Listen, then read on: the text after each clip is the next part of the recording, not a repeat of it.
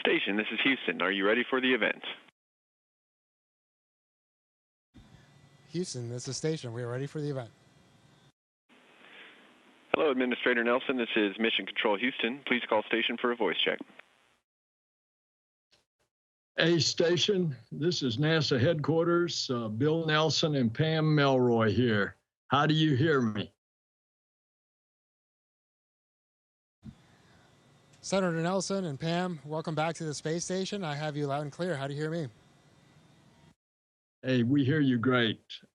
Frank, you've made all kind of records up there, and you've had 6 months that you didn't expect. How are you feeling?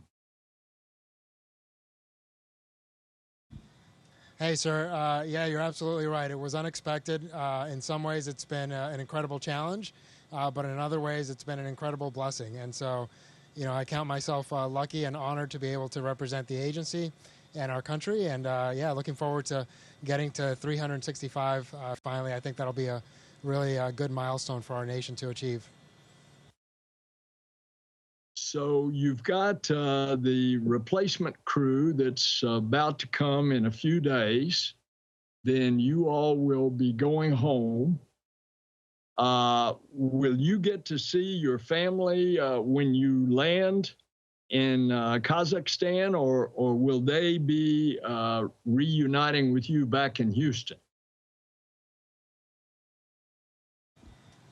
Yes, sir. Well, I'll get to see my CB family in Kazakhstan, but unfortunately, I won't get to see my wife and kids until I get back to Houston. But it'll be good to see some familiar faces in Kazakhstan for sure.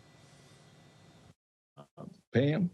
Yeah, speaking of your wife and kids, they've been on my mind so much this last year. I can't even imagine.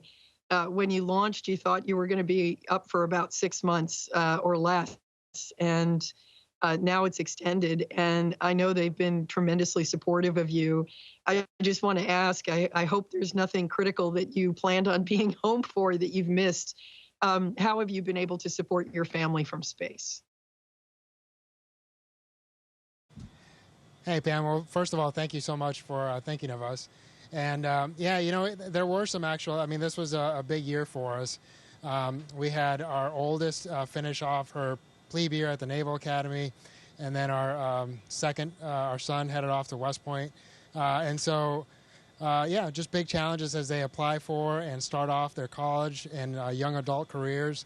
But at the same time, we felt some incredible love and support and just the prayers from our family and friends, our community. They just came around us and supported us. And honestly, seeing the support that my family was getting made it so much easier to be up here and focus on the mission because it just took that weight off my shoulders. And, it was also, like, as much as it was a challenge for me as a father to miss all those things, it was also a pretty proud moment to see Deb and the kids just thrive and overcome. And I'm sure they missed me, but at the same time, we all took on the challenge together, and it was just really neat to see them just have a great attitude throughout the past year. Hey, Frank, tell everybody how you can communicate so frequently with your family.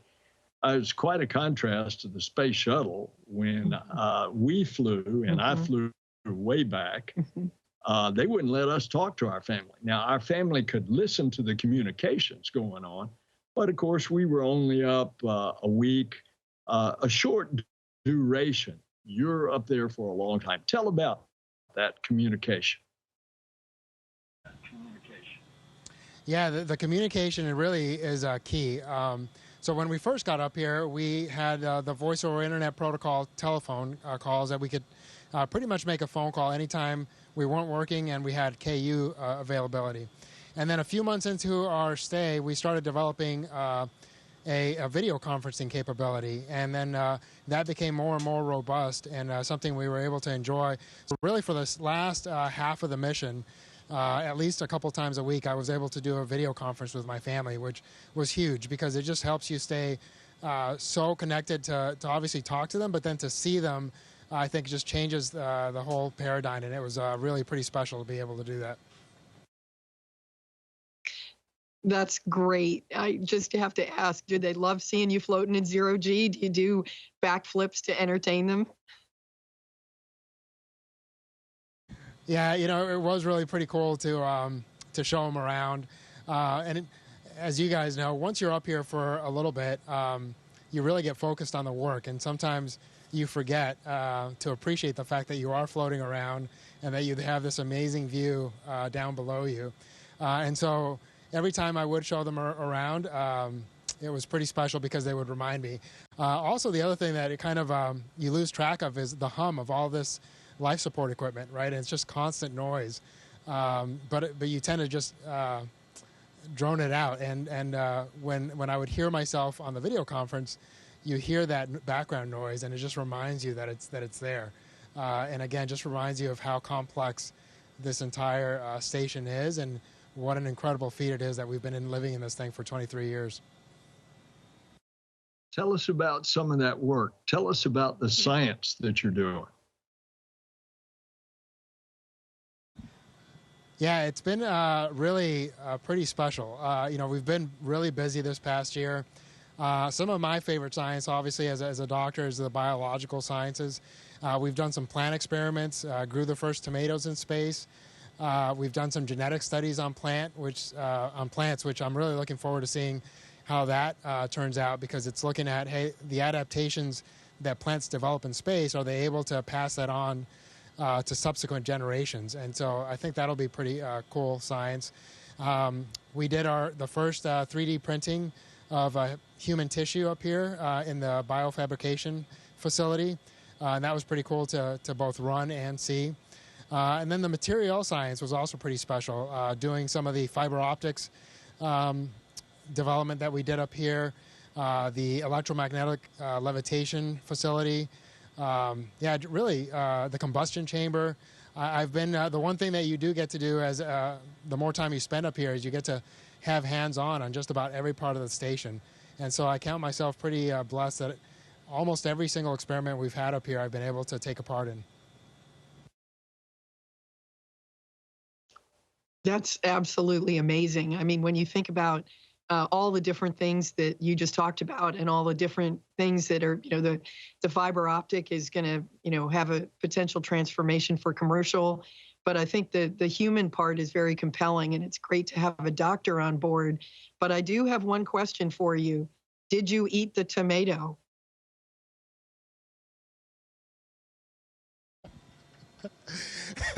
That's hilarious. I don't know who put you up for that, but I did not eat the tomato, and I wish I had at this point, because I think everybody thinks I did.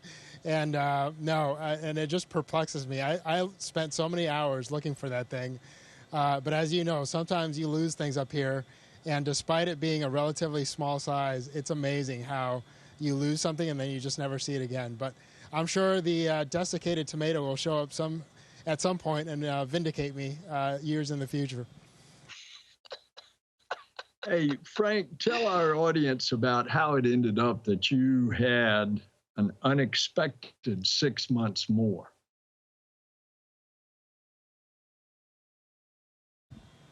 And sir, I'm so sorry. Can you repeat that question, please? Yeah. You ended up staying 6 months more in space on board the station than was originally planned.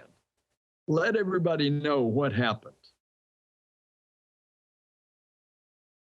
Sure. Unfortunately, our Soyuz spacecraft developed a leak, we think through a micrometeorite strike in the coolant system. And unfortunately, the spacecraft was essentially intact, but we weren't really sure whether we as a crew would be safe in our return. And obviously, that's a critical component, not just to our safety, but also, and perhaps more importantly, to the computer systems that manage our re-entry. And so because of that, both NASA and Roscosmos came together. And again, as much as it was a challenge to stay an extra 6 months, I'm so grateful that the agency was able to say, hey, you know what, the safe thing to do would be to fly up a new spacecraft and have them wait and ensure a more safe return. And so, again, I count it as an incredible blessing that we have the capability to do that and that all parties involved were willing to do that. And so because they flew up the new spacecraft, we had to essentially backfill the mission that crew would have been filling, because they had to fly that spacecraft up empty, because we all have to have a safety vessel essentially to be able to go home in case of an emergency. And so they couldn't fly up both a replacement crew and our ability to have that safety ship. And so again, it's been a challenge, but I am looking forward to a return in a more safe and more secure spacecraft here in a couple of weeks. You know, you not only have set that record, but it is also timely because it's Hispanic Heritage Month. And you, as a Hispanic American, symbolize the diversity of the wonderful, rich fabric of America. Give us a message on this month's celebration. Yes, sir. Well, it is very special timing. And actually, I came up last year in the same month of September. And so it's been a unique sandwiching of my time up here. And it's really an honor to represent both our country and my Latino community. And I love the fact that America is becoming more diverse. And I think because of that diversity, we bring different ways of thinking, different backgrounds. And really what that gives us is more unique perspectives on problem solving, right? And as we face bigger and more complex problems in the future, especially as we take on the challenge of human spaceflight deeper into our solar system, I think those unique perspectives are going to provide amazing and different points of view that will help us solve problems in ways that we can't even imagine right now. And so not just to Latinos out there, but to all of Americans, man, I can't wait. As a parent to 4 young kids, I've seen what this younger generation is capable of, and I think our nation's going to be in good hands, and I can't wait to see what these younger generations, the lengths that they'll take our country to, and I think it's going to be pretty incredible to watch. That's just awesome. That is such a fantastic message. I do want to go back to say that I know what a big deal it is for you and your Russian colleagues to stay for an extra period of time, but it also gives you kind of a unique perspective. I mean, the station has changed, actually, because the crews have changed. When you got up there, Crew 4 was aboard station. You have seen crews come and go. You have welcomed them and joined with them, and then you've had to say farewell. And now it's your turn coming up. How is that different, and how is that making you feel? Yeah, Pam, thanks so much for that question, because one of the biggest, really my favorite part of being up here, and I think the most special part to me, is the fact that I've been able to fly with, by the time Laurel's crew gets here, it'll have been 28 other people that I've spent time in space with, which, if I do the math right, that's almost 5% of the humans that have ever been to space, which is pretty incredible. And my NASA crewmates have been just absolutely outstanding.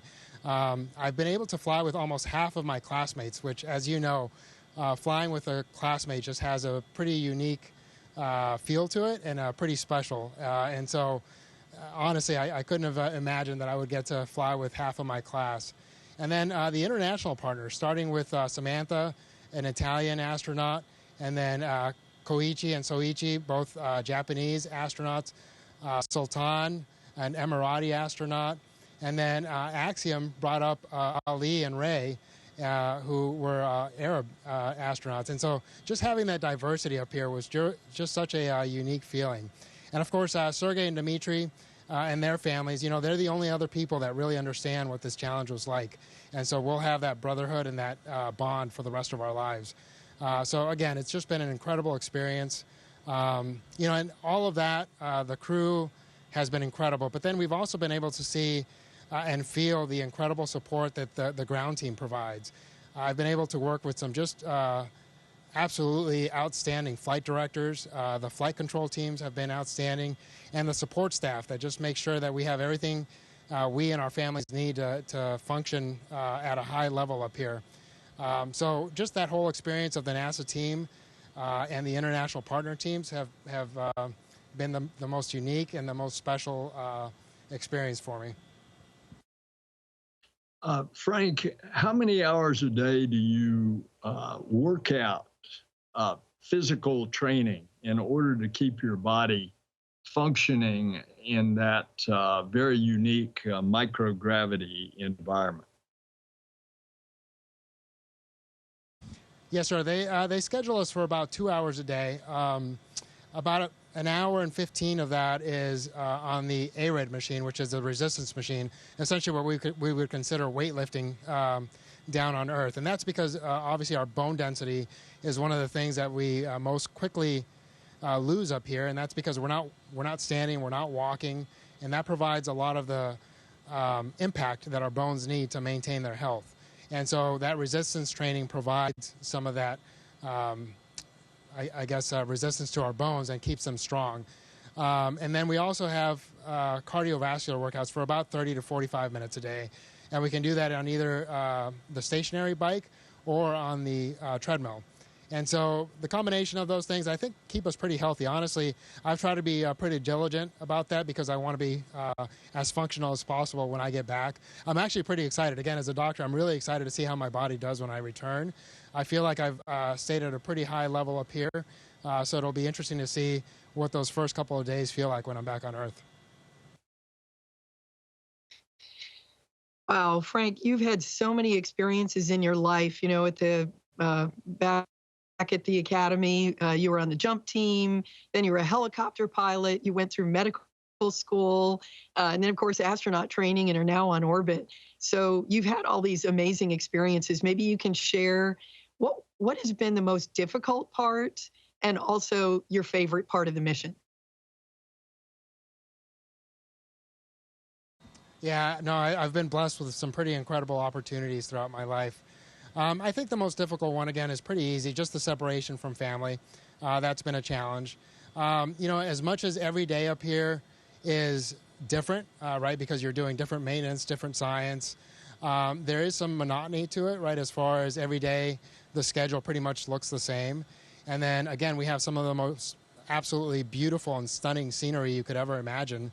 But inside the station, you're pretty limited to about a 5-bedroom house. And so psychologically for a year, that was a little bit of a challenge, but my crewmates were absolutely key to that, just getting to know each other better, spending time together, telling lots of stories. Having Steve Bowen up here, it was actually pretty special because we were able to hear a lot of shuttle stories. And as much as we made fun of him for that, for me, that was a pretty, it was neat to listen and learn. Having spent some time with Peggy, and what she's meant to human spaceflight, that was also pretty special. I'd say those were some of the most challenging components, but also my favorite because it involves the people. Frank, anybody watching this is just absolutely amazed, and especially the young people watching this. So as we close out, why don't you give a message to the young people of planet Earth, especially those of Hispanic origin? Yes, sir. Well, thanks again for that opportunity. And again, it's an honor to represent our nation, to represent NASA, and the various communities that we represent up here. And I would just say, keep working hard, have big dreams, but start acting on those dreams as soon as you can. Really, the hard work and the dedication are the key components to making those dreams come true. And as much as possible, be kind to others and surround yourselves with good team and good teammates, because ultimately there's very few things in life that we accomplish individually, and almost everything big that we accomplish as humanity requires incredible teamwork. And so try to surround yourself with good people and go out there and do great things. That's beautiful, and we thank you. Bless you, Frank. We'll see you when you come home. All right, sir. Thanks so much for your time, Pam. It was an honor to spend some time with you all, and I look forward to seeing you soon. Station, this is Houston ACR. That concludes the event. Thank you to all participants from NASA headquarters. Station, we are now resuming operational audio communications.